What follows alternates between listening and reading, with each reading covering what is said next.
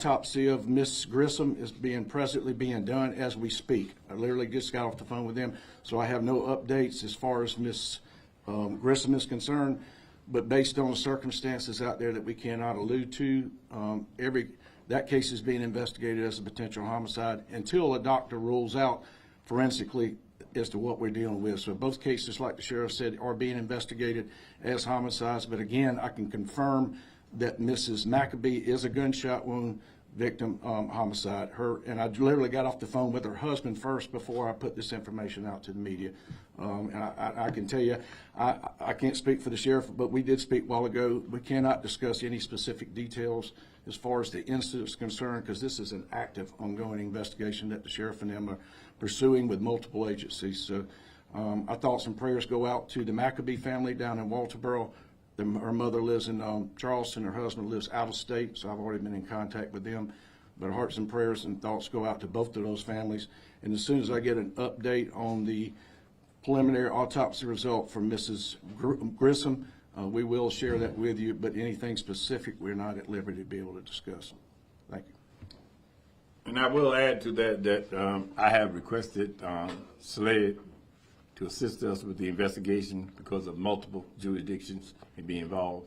We have requested SAE to assist us with the investigation. Any questions that you may?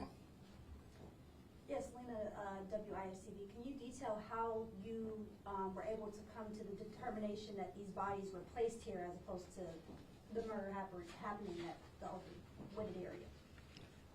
Well, again, we're not going too much in depth on the investigation, but it has to do with the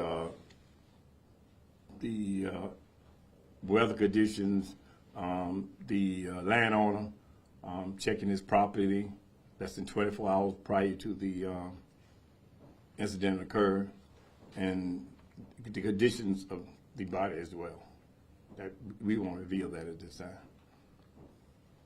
Jamin Wade with WOTX. Should the community be concerned that there may be a person out there looking to kill again? Are we believing that this is something that was an isolated incident? We do believe it was an isolated incident. Sorry. We believe that the bodies was actually transported to that location and discovered when we discovered the bodies. So the community should not be concerned then? We have made contact with citizens. I have officers that had not on patrol, but made contact with the citizens in that area down there and informed them that we do not believe that they're in danger to that community. How did the victims know each other? Did they know each other, or are they related to each other? Well, we have established that they have been acquainted with each other.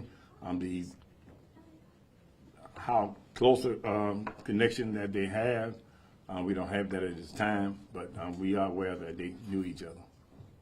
Gotcha. Do you think anyone in Sumter County assisted in helping to bring the victims here? That's still an investigation at this time. For the coroner, how long were the victims in that wooded area? Well, like the sheriff alluded to, the property owner had been checked, and again, without giving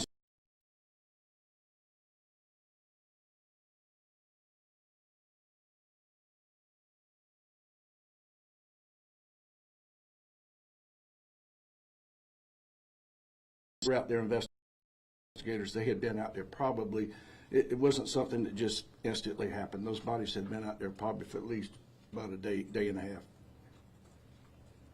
And I wanted to thank the State Law Enforcement Division also too. The Sheriff's Department, one of the investigators did some excellent work with DNA, ancestry DNA facial recognition based on some tattoos. And from that, we were able to get phone calls down to family members in Charleston to verify who we knew who the gunshot homicide victim was. But SLED came down that night and at about midnight fingerprinted both of the individuals for us and gave us, which helped out immensely because it gave us contact with the next of kin, and it gives the sheriff's and a point of contact and a place to start looking. One more question. As far as I understand, the other autopsy is underway. Is there a time frame for when you will know the results of? I should have a preliminary this afternoon usually when the doctors complete the autopsies, and our autopsies were the last two of the day. because they're potential homicides, or one is confirmed already. They'll call me sometime late this afternoon and give me a preliminary, and then the first thing I'll do is contact the sheriff and then contact the next of kin and let them know. But literally, it is being done as we speak, because I just got off the phone with investigators down in Charleston. Sheriff, emotional reaction with this, investigators describing it as an uncommon discovery. What is the emotional reaction from you as a leader to see this happen in your community? Well, first, arriving on the scene and seeing this type of incident in our community and the uproar in the community and the fear of those in that community, it does have an effect not only on our agency but the community, and that's why we are really taking this as not only serious, we take all of them serious, but we are doing everything possible. I'm reaching out all the resources that we have available, including the Sumter County Law Enforcement Division, and it takes to federal agencies, I will, to bring justice who committed this act. Do you have a message for those responsible or anybody potentially helping those individuals? Yes, I do. I can say that we are receiving tips and information now, and I do feel confident in our investigators and with the assistance that we're receiving that we're going to bring those to justice soon. If people are willing or ready to give tips, how can they contact you, of course? Okay, contact Crime Stoppers with Sumter County Crime Stoppers or State Crime Stoppers, and information will be provided to our agency. Coroner, I just want to clarify for the cause of death for Ms. McAbee. Can you clarify it was a single gunshot wound? Again, that's specific information that the sheriff wants to keep close to his vest. All I can tell you is that death certificate will reflect homicide, and the cause of death will be gunshot wound.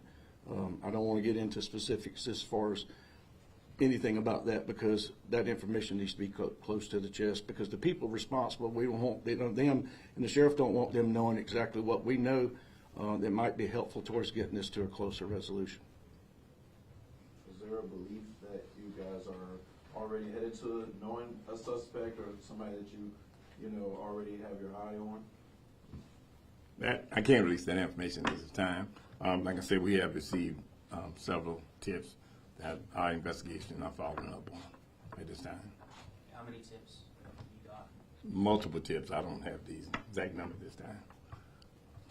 All right, well, are there any other questions? I understand you gave a message for the community, but for the families impacted, anything that you wanted to lastly say to them? We've reached out to the families, of course, our victim advocates, and I personally will be reached out myself. I think the coroners will reach out to them.